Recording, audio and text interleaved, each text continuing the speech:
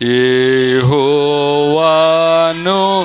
గానము చేసేదము ఏకముగా మనకు రక్షకుడాయనే. ఆయన మహిమ పాడేదము ఆయనను వర్ణించెదము. ఆయన దేవుడు మనకు నీ మహిమాతి శయమునా కోపాగ్నిరగులా చేసి నీ మహిమాతి శయమునా కోపాగ్నిరగులా చేసి చేతవలే దాయించెదవు పై లేచు వారిని చేతవలే దాయించెదవు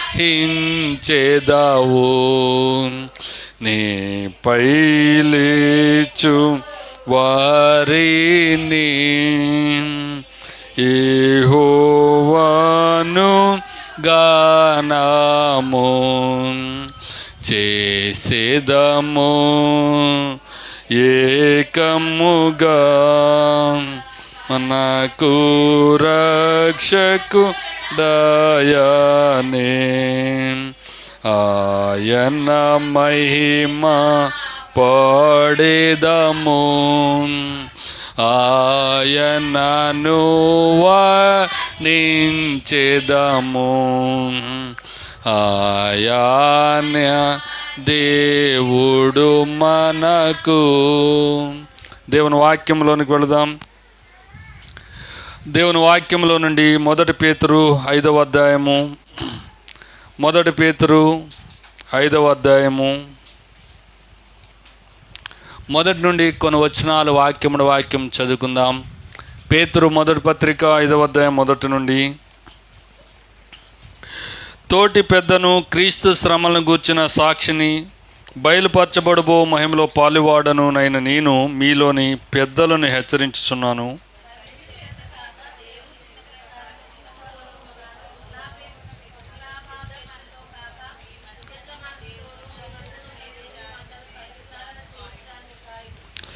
మీకు అప్పగింపబడిన వారిపైన ప్రభువులైనట్టుండక మందకు మాదిరులుగా ఉండుడి.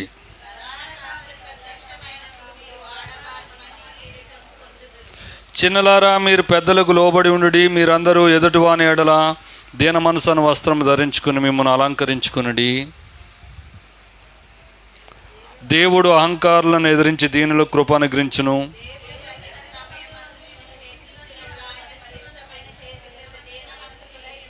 ఆయన మిమ్మల్ని గూర్చి చింతించుచున్నాడు కనుక మీ చింత యావత్తు ఆయన మీద వేడి.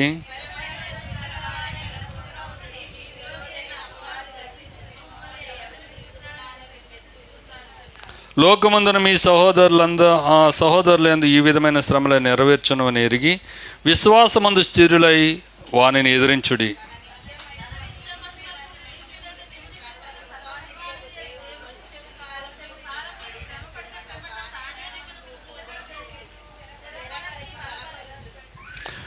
యుగయుగములకు ప్రభావం ఆయనకు కలుగును గాక.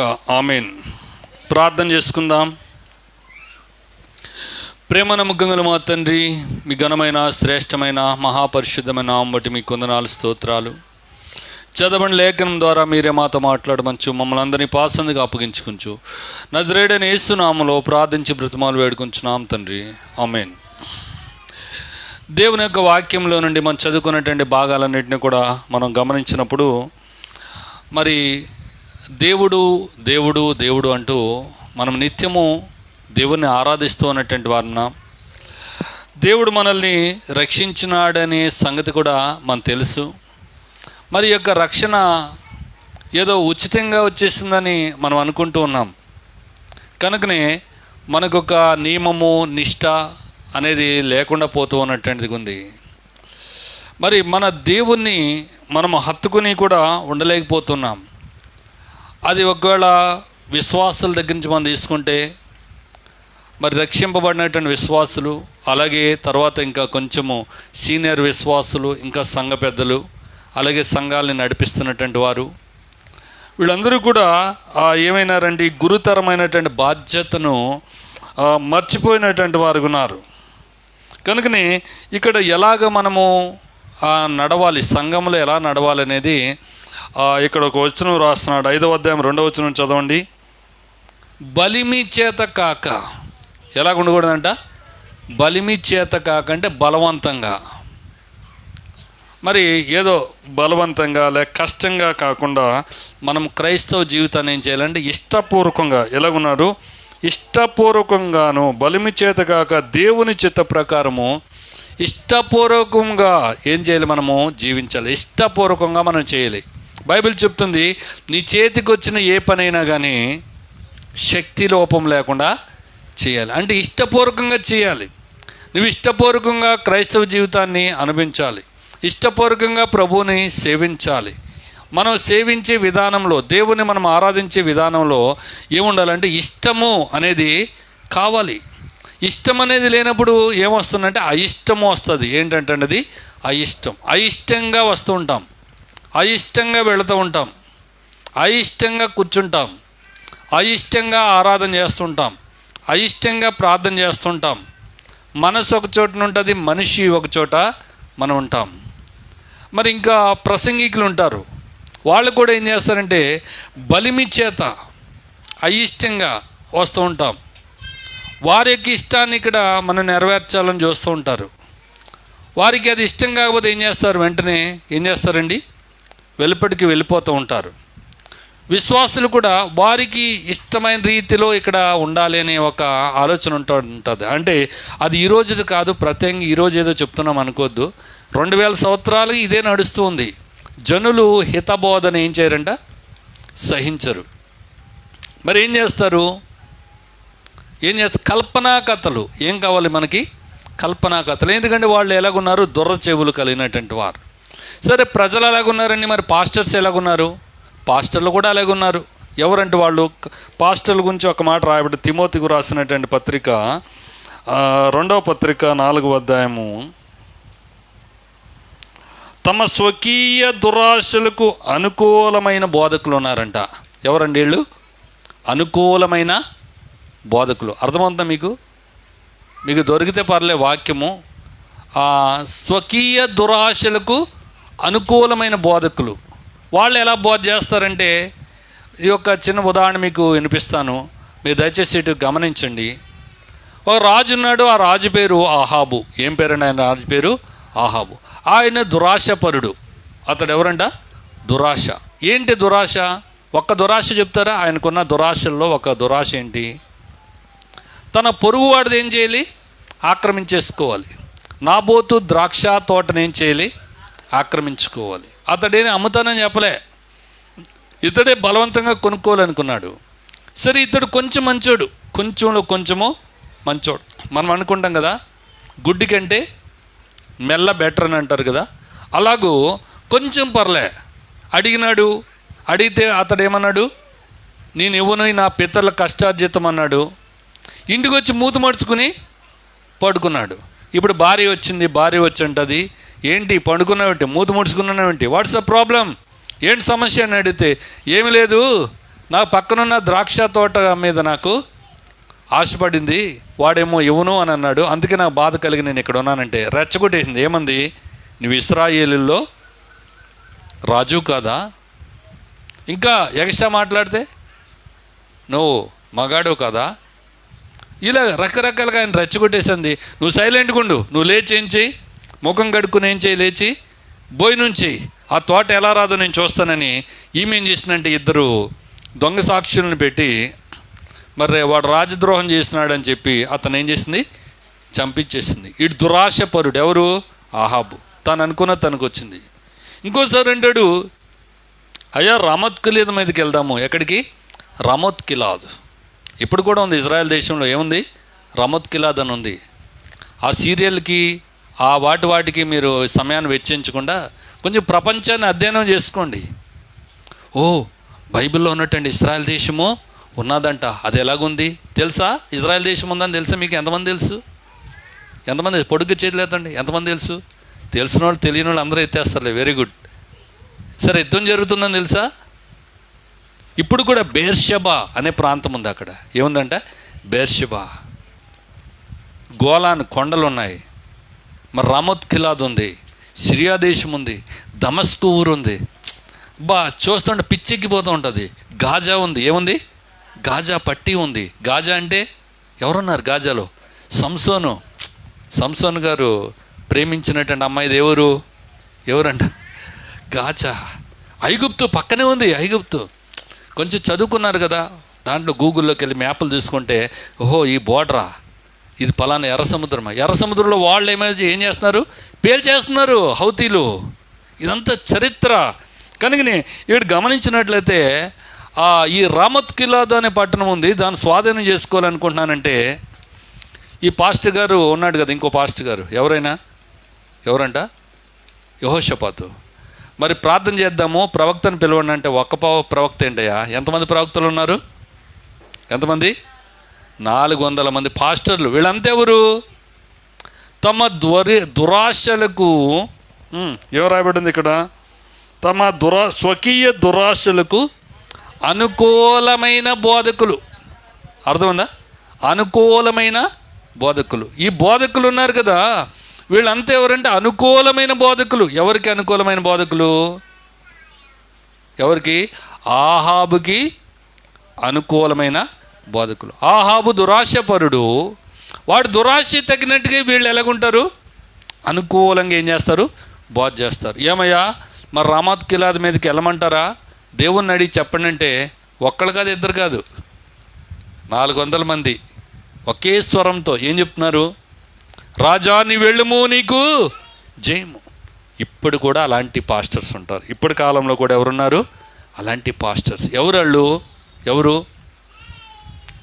మానవుని యొక్క దురాశలకు అనుకూలమైనటువంటి బోధకులు. ప్రతి వాళ్ళు అదే చెప్తారు ఇప్పట్లో. అయ్యా నేను ఈరోజు పలానా వాళ్ళకి అబద్ధం ఆడటానికి వెళ్తున్నాను అని అంటే ఏం చెప్పేయచ్చు? గాడ్ బ్లెస్ యూ, పర్లేదు నువ్వు వెళ్ళు. అర్థమైందా లేదా?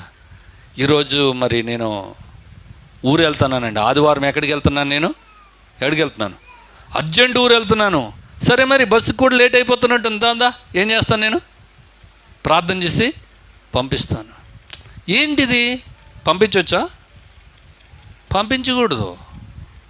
కానీ ఏం చేస్తాం? అనుకూలమైనటువంటి బోధ. ఇవాళ నాకు ప్రయాణం ఉంది, పాస్టర్ గారికి ప్రయాణం ఉంటే, పాస్టర్ గారికే ప్రయాణం ఉంటే, ఆదివారం ప్రయాణం ఉంటే ఏం చేస్తారు? 1 గంట కావాల్సిన ప్రార్థనే 12ంటికే కుదించేసి మళ్ళీ వాక్యం చెప్తాం. మేమే ప్రవక్తల ఆత్మలు, ప్రవక్తల స్వాధీనంలో ఉంటాయి. మేము పొడిగించేయాలంటే పొడిగించేయగలుగుతాము, తగ్గించేయాలంటే. చూడండి, అనుకూలమైనటువంటి బోధలు. అందుకని పౌలు భక్తుడు అంటున్నాడు పేతురు అంటాడు, ఏమంటున్నారంటే బలిమి చేత కాదు, ఎలా చేయాలి? దేవుని చిత్త ప్రకారం ఇష్టపూర్వకంగా చేయాలి. దుర్లాభాపేక్షతో కాక. లాభాపేక్ష ఏంటంటండి? లాభాపేక్ష. మేము చర్చికి వస్తావు, నువ్వేమిస్తావు? మా దగ్గరకు వస్తే నువ్వేమిస్తావు? నువ్వేం తెస్తావు? మరి ఇవాళ నేను ప్రసంగం చేస్తున్నాను కదా, నాకేం కావాలి? ఏం కావాలండి? కూలి. ఏం కావాలండి? కూలి. నిజం, మరి కూలి కావాలి. కూలి పని. ఇదంతా ఏంటి? కూలి పని. ఇలాగ అయిపోయింది పరిస్థితులన్నీ కూడా. దుర్లాభాపేక్ష. అలా కాదంటండి. ఏం చేయాలి? సిద్ధ మనస్సుతోనూ కదా, మీ మధ్యనున్న దేవుని మందను పై విచారణ చేయొచ్చు, దాన్ని కాయాలి. కాపుదల కాయాలి. మనమంతా ఒకరికొకరు ఏం చేయాలి? బుద్ధి చెప్పాలి. మీకు తెలుసు, ఈ వారం అంతా ప్రార్థనకు రాని వాళ్ళు ఉన్నారనుకో, మొన్నటి వారం ఇవాళ వచ్చారు. ఏం చేయాలి? మీరు ఏం చేయాలి? సున్నితంగా, అక్క మొన్న వారం రాలేదు, తప్పు కదా, అలా కాదు, మనం మానకూడదు అని ఏం చేయాలి? చెప్పుకోవాలి. అరే ఫ్రీ కూలి ఉంది కదా, ఫ్రీ అంటున్నానని ఏమనుకోద్దండి. గవర్నమెంట్ పని ఉంది కదా, గవర్నమెంట్ పనికి మీ దోస్తులు ఎవరైనా రాకపోతే ఏం చేస్తారు మీరు? అయ్యో పిచ్చదానా వెర్రిదానా, ఉత్తనే అక్కడికి వెళ్ళి దిగి నుంచుంటే చాలు, ఏం చేస్తారు? ఫోటో తీసుకుంటారు. మళ్ళీ మధ్యాహ్నం దాకా నడవలా పోయావనుకో, ఇంక లేదనుకో అక్కడే చెట్టు కింద పడుకుంటే సాయంత్రం వచ్చి మళ్ళీ ఏం చేస్తారు? ఫోటో. పిచ్చిదా నువ్వు, 500 రూపాయలు 400 రూపాయలు ఏమైనా ఉట్టిన వస్తే పో. అది చెప్తామా లేదా? చెప్తామా? అరే అలాగేం చేయాలి? సంఘం అంటే ఏంటి? మానేసావా? ఏడుతాడని వస్తున్నాను, లేకపోతే నేను కూడా ఈసారి నువ్వు ఎక్కడికి వెళ్ళినప్పుడు నాకేం చేయి, నేను కూడా సైలెంట్గా వచ్చేస్తాను. అబద్ధం. ఇది కాదండి సంఘం అంటే. జీవము గల దేవుని సంఘములో నువ్వేం చేయాలి? నాటబడు. ఏం చేయాలండి? నువ్వు నాటబడాలి. పూలకుండీలు క్రైస్తవులుగా ఉండొద్దు సుమా. పూలకుండీ క్రైస్తవులు దేవునికి అవసరం లేదు. పూలకుండీల్లో ఉన్నటువంటి మామిడి చెట్టు ఎన్నటన్నటికీ ఫలాన్ని కాయదు, పుష్పాన్ని ఇవ్వదు, కొబ్బరి చెట్టు ఇవ్వదు. దాన్ని ఎప్పటికప్పుడు ఏం చేస్తారు? ఎందుకు? పెరిగితే లోడింగ్ ఎక్కువైపోద్ది, బిజినెస్. అలాగ ఉండకూడదు అంటండి. ఎందుకనంటే దేవుడు మన విషయమై గొప్ప తలంపు కలిగి ఉన్నాడు. ఏంటా తలంపు? 4వ వచనం, ప్రధాన కాపరి ప్రత్యక్షమైనప్పుడు మీరు వాడబారిని మహిమ కిరీటం పొందుతారు. ఇక్కడేమి దొరుకుతుందని చూడొద్దు. ఇక్కడ లేకపోయినా, ఇక్కడ గురించి కాదు మన తాపత్రయం ఎంత, అక్కడ దొరుకుతుంది. ఏం దొరుకుతుంది? వాడబారని మహిమ కిరీటం. బలా నమ్మకమైన మంచి దాసుడా. ఎవరినంట? ఈరోజు ఒక సిస్టర్ చెప్తుంది. ఏం చెప్తుందంటే, పలానా వాళ్ళ ఇంటికి వెళ్ళానండి, పలానా వాళ్ళ ఇంటికి వెళ్ళానండి, వెళ్ళిన వాళ్ళందరినీ ప్రార్థనకు రమ్మని చెప్పినానండి. చెప్తే వాళ్ళు వచ్చి ప్రార్థన చేస్తే మేము వస్తామండి అంటున్నారండి. తర్వాత భవిష్యత్ దినాల వాళ్ళు దేవుని సన్నిధికి వస్తే వాళ్ళు ఎవరి పేరు చెప్పుకుంటారు? పలానా సిస్టర్ వచ్చి ఒకసారి చెప్పింది, మేము వెళ్ళాము, అక్కడి నుంచి దేవుడు మమ్మల్ని ఏం చేస్తున్నాడు? పట్టుకున్నాడు. ఆ యొక్క విశ్వాసాలందరూ ఎవరి ఖాతాలోకి వెళ్తారు? ఎవరికి? కిరీటం మీద ఏముంటాయంటే నక్షత్రాలు ఉంటాయి. కిరీటం మీద ఏముంటాయండి? స్టార్స్ ఉంటాయి. లేదా మన కిరీటాలు చూస్తూ ఉంటాం, మించు. ఉంగరానికి రాళ్ళు వేయించుకుంటారేమో, రాళ్ళు ఏం రాళ్ళు నాకు తెలీదు. అలాగూ కిరీటానికి కూడా ఏముంటాయంటే రాళ్ళు ఉంటాయి, మణులు, మాణిక్యాలు. నువ్వు ఎంతమందిని రక్షణలో నడిపిస్తావో అంతమంది స్టార్స్ ఉంటాయి నీకు. ఒకరికేమో 2 ఉంటాయి, ఒకరికి 4 ఉంటాయి, వాళ్ళకి 5 ఉంటాయి, ఒకరికి 1000 కొలది ఉంటాయి. కనుక మనం అందరం కూడా ప్రభు రాజ్యాన్ని కట్టాలండి. ఎవరు రాజ్యాన్ని కట్టాలి? ప్రభు రాజ్యాన్ని కట్టాలి. లేదు ఇక్కడ చర్చికి వీళ్ళందరినీ నడిపిస్తే నాకేం లాభం అనుకుంటే ఇది క్రైస్తవ జీవితమో కాదు. మనం అనుకుంటాం చర్చికి 10 మంది అగస్టు వచ్చారనుకో, నేను నడిపించినాను అనుకో, 10 మందికి కలిపి 10 పదులు చెప్పరేంటి? 100 రూపాయలు. ఎవరికి లాభం? నాకేం లాభం? ఎవరికి వెళ్ళిపోతాయి? హుండీలోకి వెళ్ళిపోయి. ఇది కాదు క్రైస్తవ జీవితం అంటే. వాడబారని మహిమ కిరీటాన్ని దేవునికి ఏం చేస్తాడు? ఇవ్వబోతున్నాడు. దాని గురించి ప్రయాసపడండి, ప్రభు రాజ్యం కొరకు ప్రయాసపడండి. అందుకే ఈయన అంటున్నాడు, చిన్నలారా మీరు పెద్దలకు లోబడి ఉండండి, మీరందరూ ఎదుటివాని ఎడల ఏం కలిగి ఉండాలి? దీన మనస్సు అనే వస్త్రాన్ని ధరించుకుని మిమ్మను అలంకరించుకోండి. అహంకారంగా ఉండొద్దు. ఎలాగుండొద్దు? అహంకారంగా ఉండొద్దు. దేవుడు అహంకారులను ఎదిరిస్తాడంట. నాకు ఈ ప్యాసేజ్ నేను చదువుతున్నాను కదా, ఇదేదో ఈ రోజుది కాదండి. 30 సంవత్సరాలుగా నన్ను నిలబెట్టినటువంటి వాక్యం ఇదే. దేవుడు అహంకారులను ఎదిరించి దీనులకు కృప అనుగ్రహించును. దేవుడు తగిన సమయమందు మిమ్మల్ని హెచ్చించినట్లు ఆయన బలిష్టమైన చేతి కింద దీన మనస్కులై ఉండు అనే వాక్యము మీరు నమ్మండి. 30 సంవత్సరాలుగా నన్ను కట్టిపడేసినటువంటిది ఉంది. అందుకే నా జీవితంలో నాకేదో ఘనత కావాలి, లేకపోతే నేనేదో గొప్పవాడిని అయిపోవాలి, నన్ను నేను హెచ్చించుకోవాలి అనేది నాకు లేనేలేదు. ఎందుకనంటే మనము దీనత్వంలోనికి రావాలి. మనల్ని హెచ్చించగలిగినటువంటి వాడు ఎవరు? దేవుడు. తగిన కాలమందు దేవుడు మనల్ని ఏం చేస్తాడు? హెచ్చిస్తాడు. హెచ్చించగలిగినటువంటి వాడు ఆయనే, దించగలిగినటువంటి వాడు ఆయనే. రాజ్యాల అధికారాలు ఇవ్వగలిగినటువంటి వాడు, ప్రభుత్వాలను ఏర్పాటు చేయగలిగినటువంటి వాడు, ప్రభుత్వాల్ని తీసివేయగలిగినటువంటి వాడు, అన్నీ కూడా ఆయన చేతులు ఉన్నాయి. కానీ నువ్వు చేయవలసింది ఏంటంటే దీన మనసు కలిగి ఉండు. దేవుడు అదే కోరుతూ ఉన్నటువంటి వాడుకున్నాడు. నీ గొర్రెలు అవసరంలే, నీ యొక్క నూనె అవసరంలే, నీ యొక్క వెండి అవసరం లేదు. దేవునికి నీ కుమారుడు అవసరంలే, నీ కుమార్తెను బలి ఇవ్వాల్సిన అవసరం లేదు. నువ్వేం చేయాలి? దేవునికి చిత్త ప్రకారం న్యాయంగా బ్రతుకు. ఎలా బ్రతకాలంటే మనం న్యాయంగా. దేవుడు కోరుతున్నది అదే, న్యాయం కోరుతున్నాడు. న్యాయంగా జీవించు. కనుకనే దేవుడు నిన్ను బలపరచడానికి ఇష్టపడుతున్నాడు. ఎందుకనంటే ఆయన అంటాడు, మిమ్మును గూర్చి ఆయన చింతించున్నాడు. He careth for you. ఆయన మీ విషయమై శ్రద్ధ కలిగి ఉన్నాడంటండి. ఆయన నీతో మాట్లాడుతూ ఉన్నటువంటి వాడుకున్నాడు. నీ చింత ఏమైనా కావచ్చు, నువ్వు ఎలాంటి పరిస్థితులైనా ఉండొచ్చు, ఆయన మీ విషయమై కేర్ తీసుకుంటాడు. మనం అనుకుంటూ ఉంటాం చాలా పర్యాలు, పాస్టరు కేర్ తీసుకుంటాడు అని అంటాం. పాస్టర్ ఎంతవరకు కేర్ తీసుకుంటాడు చెప్పండి? అతడు సజీవంగా ఉన్నంత వరకు శ్రద్ధ వహిస్తాడు, అంతే కదా. పాస్టరే ఈ లోకంలో లేకపోతే ఎవరు కేర్ తీసుకున్నవాడు? శాశ్వత కాలం, పురాతన కాలము నుండి శాశ్వత కాలం వరకు కూడా నీ విషయమై శ్రద్ధ తీసుకొని ఆయన ఉన్నాడు. ఆయన ఎవరు? దేవుడు. కనుక ఆ దేవునికి మీ యొక్క మొర వినిపించండి. మేము ఎవరము అంటే మేము రాయబారులము. మేము ఎవరమంట? రాయబారులము. దేవునితో సమాధాన పడండి అని చెప్పే రాయబారులము, క్రీస్తుకు రాయబారులము. కనుక దేవుణ్ణి చూపించగలిగినటువంటి వారం, దేవుని యొక్క గొప్పతనాన్ని మీకు తెలియజేయగలిగినటువంటి వారం. దేవునికి ప్రార్థన చేస్తే ఏమవుతుంది, దేవునిపై ఆధారపడితే ఏం జరుగుతుంది, దేవుడు మీ కష్టాల నుంచి మిమ్మల్ని ఎలా పైకి లేవనెత్తుతాడో తెలియజెప్పగలిగినటువంటి వారం. కానీ కష్టాల్లోంచి మిమ్మల్ని మేము పైకి ఏం చేయలేము, లేవనెత్తలేము. మేము కూడా మా కష్టాల నుంచి మమ్మల్ని మేము పైకి లేవనెత్తుకోలేము. కానీ మాకు కూడా కష్టాలు వచ్చినప్పుడు మేమేం చేస్తాము? ఏం చేస్తాం? దేవునికి మొరపెట్టినప్పుడు, దేవుని వైపు చూస్తున్నప్పుడు ఈ కేరెత్ ఫర్ యూ. ఆయన ఈ విషయం ఏం కలిగి ఉంటాడు? శ్రద్ధ కలిగి ఉంటాడు. మిమ్మల్ని గురించి ఆయన చింతించుచున్నాడు కనుక మీ చింత యావత్తు ఆయన మీద వేయడు. అదేదైనా కావచ్చు, అది ఎలాంటి పరిస్థితి అయినా కావచ్చు, అది పర్వతమంతా గొప్ప పరిస్థితి అయినా కావచ్చు. నువ్వు ఎలాంటి స్థితిలో ఉన్నప్పుడు కూడా నువ్వేం చేయాలంటే దేవునిపై నువ్వు ఆధారపడినప్పుడు, దేవునికి నీ చింత అంతా తెలియజేసినప్పుడు ఆయన ఖచ్చితంగా నీకేం చేస్తాడు?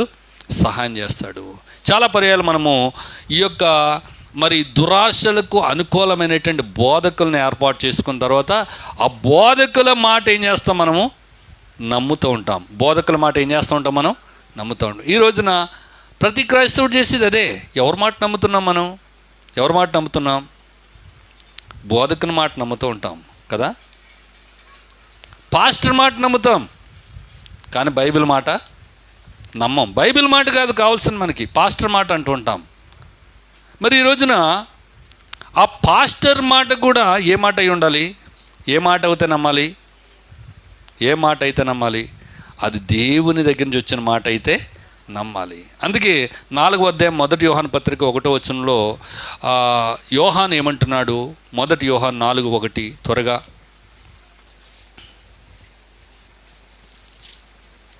మీకు దొరకలేదా?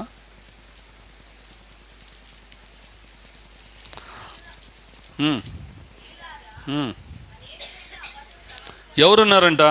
అనేకులైనటువంటి అబద్ధ ప్రవక్త లోకములు ఉన్నారు. నేను రిక్వెస్ట్ చేసేది అదే, ప్రతి ఆత్మను ఏం చేయొద్దు? నమ్మొద్దండి. ప్రతి ఒక్కరిని నమ్మవలసిన అవసరము లేదు. నమ్మక ఆయా ఆత్మలు దేవుని సంబంధమైనవో కావో పరీక్షించుడి. పరీక్ష చేయాలి. 400 మంది అంటున్నారు, ఆహాబు యెహోషాపాతు ముందు కూర్చుని ఏమంటున్నారు? ఒక్క మాటతో పలుకుతున్నారు. ఏమంటున్నారంట? రాజా నీవు వెళ్ళుము, రాజా నీవు వెళ్ళుము అంటున్నారు. కానీ ఒకడు అంటున్నాడు, ఏం పేరు ఆయన పేరు? ఏం పేరంట? మికాయా. ఏం పేరు ఆయన పేరు? మికాయా అంటున్నాడు, రాజా నీవు వెళ్ళొద్దు, నువ్వేమవుతావు? నిత్యంగా చచ్చిపోతావు అని డైరెక్ట్గా చెప్తూ ఉన్నటువంటి వాడుకున్నాడు. కనుక ఈ రోజున యెహోవా ప్రవక్త ఎవరు? మికాయా. ఆయన ఏమంటాడంట? వెళ్ళొద్దు రాజా అని ఆయన చెప్తూ ఉన్నటువంటి వాడుకున్నాడు. కనుక ఇటు గమనించినట్లయితే ఈ మికాయా చెప్తున్న మాట ఏంటి? 18వ అధ్యాయము 2వ దిన వృత్తాంతములు 18వ అధ్యాయము.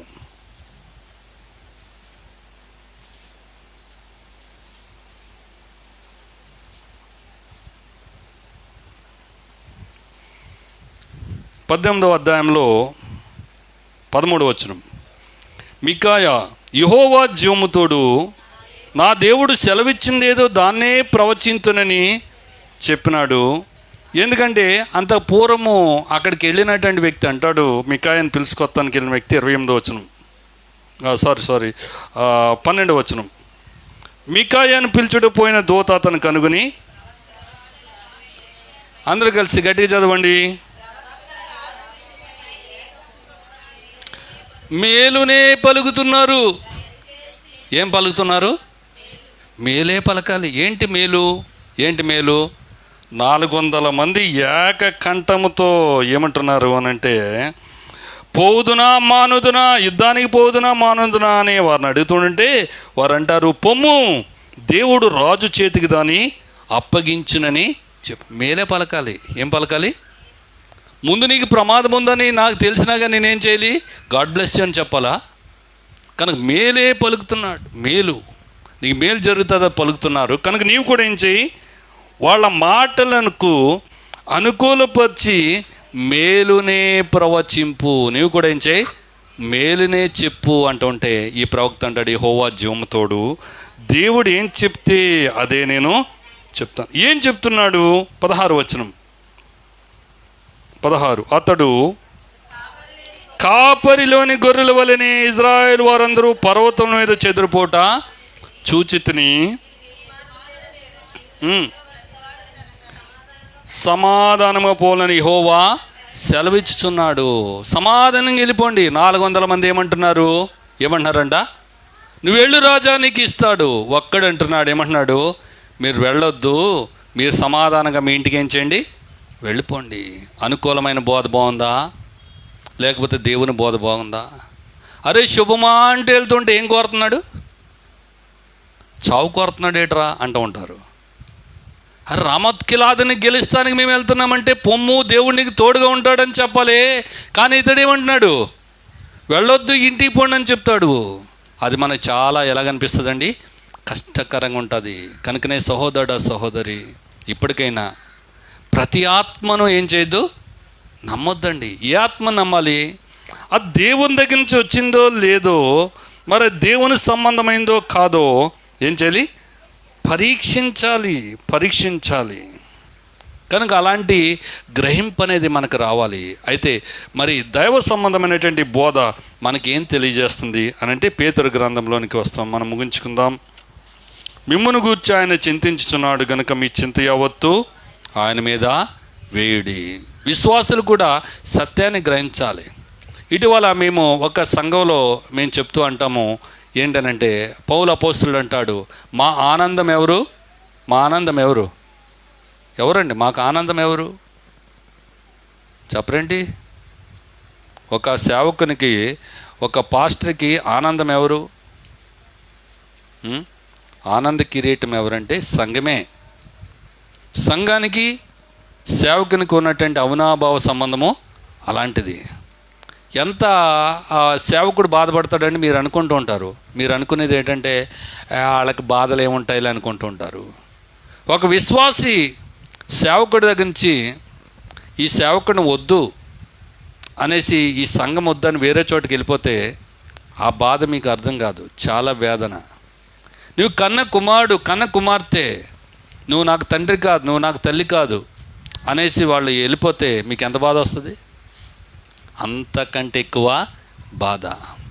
చాలా సంవత్సరాల క్రితం ఒక ఫోన్ కాల్ వచ్చింది నాకు. ఏంటనంటే, అన్నా మేము ఈ చర్చ్ దగ్గర కూర్చున్నామన్నా అనంటే, ఎందుకంటే నేను లేను, మరి రమ్మంటారా? లక్ష్మీ క్యాంప్ దగ్గరికి వెళ్తున్నా, నేను వెంటనే తిరిగి నడుచుకుంటూ వచ్చేస్తానంటే, లేదన్నా అన్నారు. ఏంటి అనంటే, పర్మిషన్ గురించి వచ్చినామన్నారు. మేము పలానా ఇంటికి వెళ్ళాలనుకుంటున్నాం, మీ పర్మిషన్ గురించి వచ్చినామన్నారు. నాకు చాలా వేదన వేసింది.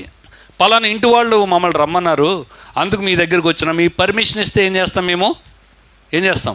ఆ ఇంటికి వెళ్తాము అని అంటే నాకు అనిపించింది, అరే వాళ్ళు ఎక్కడో దూరంగా ఉండి ఫోన్ చేస్తే నేను ఏ సమాధానం చెప్పుదునో, కానీ వాళ్ళు ఎక్కడికి వచ్చి ఫోన్ చేసినారు? నా సొంత ఇంటిలోనికి, నా అంగళ్ళలోనికి, నా వాకిల్లోనికి వచ్చి ఫోన్ చేసినప్పుడు నేను వాళ్ళకి ఏం చేయాలి? మరి అది ఇవ్వలేదా? నేను అన్న వెళ్ళండి అని చెప్పినాను. కానీ చాలా వేదన వేసింది, చాలా బాధపడినాను. కనుక ఈ రోజున ఓ సేవకునికి ఒక ఆనందం ఏంటంటే, వారి విశ్వాసులే వారి యొక్క ఆనందము, వారే వారికి కిరీటం. పౌలు భక్తుడు అంటాడు, ఆనంద కిరీటం. మరి ఆ విశ్వాసులే సేవకుడిని అప్పగించేస్తే లోకానికి, సేవకుడిని నడి సముద్రంలో ముంచేస్తే. అందుకే మనం అంటాము ఏంటంట, కంచె చేను మేస్తే ఏమైపోతాం. కనుకనే ఇక్కడ గమనించాలి, బైబిల్ గ్రంథం సెలవిస్తుంది, మిమ్మల్ని గూర్చి చింతించేవాడు నిజమైన సేవకుడు ఒక ఆయన ఉంటాడు. అదే సమయంలో ఆ యొక్క ఆత్మ కలిగినటువంటి వాడు మాత్రమే చింత చేయగలుగుతాడు. దేవుడు మీ విషయం ఏం చేస్తాడు, శ్రద్ధ వహించగలిగినటువంటి వాడు ఉంటాడు. సమూయేలు అనే పాస్టర్ గారు ఏడుస్తున్నాడు. ఎవరి గురించి అంటే సౌలు గురించి ఏడుస్తూ ఉంటే దేవుడు అంటాడు, నేను విసర్జించినటువంటి వాని గురించి నీవెందుకు ఏడుస్తావు? నీ కొమ్ము తీసుకో, నువ్వేం చేయి, కొమ్ము తీసుకో, ఆ కొమ్ముని ఏం చేయి, తైలంతో నింపు, నేను చెప్పిన చోటుకి వెళ్ళు, బెత్లెహేమీయుడు అనేటువంటి యెష్షీ దగ్గరికి వెళ్ళు, యెష్షీ కుమారుడు అయినటువంటి ఒకరిని నేనేం చేస్తున్నాను, ఏర్పాటు చేసుకున్నాను అని దేవుడు పని చెప్తూ ఉంటాడు. కనుక ఈ రోజున దైవ చిత్తంలో మీరు కూడా నడవండి. దైవ చిత్తంలో నడిస్తే దైవికమైనటువంటి ఆశీర్వాదాలు పొందుకుంటారు. లేకపోతే మనము గంతులు వేసినామనుకోండి, గంతులు వేసినట్టే మన జీవితము అంటే స్థిరత్వం అనేది రాదండి. స్థిరత్వం అనేది రాదు. ఎందుకంటే మనం ఎవరి మీద నమ్మకం ఉంచాలి, దేవుని మీద నమ్మకం ఉంచాలి, మనుషుల మీద కాదు. మనుషులపై ఆధారపడకూడదు. 4వ అధ్యాయం యోహాను సువార్తలో సమరయ స్త్రీ ఎవరి మీద ఆధారపడింది? ఎవరి మీద అంట? మనుషుల మీద ఆధారపడింది. కనుకనే నీకు పెనిమిటి వేయడం అంటే నాకు పెనిమిటి లేడు, అరేంటి ఇంత వయసు వచ్చి నీకు పెనిమిటి లేకపోతామేంటి అని యేసుప్రభు ఏమి అడగలే. ఆయన చెప్పేస్తున్నాడు, నీకు 5 పెనిమిట్లు ఉండిరి, ఇప్పుడు లేరులే, ఒకప్పుడు నీకు ఉండేవారు, ఇప్పుడు ఒకడు ఉన్నాడు, కానీ వాడు కూడా ఏం కాదు, ఇప్పుడు పర్మనెంట్ పెనిమిటి కాదు. నువ్వేం చేస్తున్నావు, సత్యమే చెప్తేవి. ఎవరు నమ్ముకుంటుంది?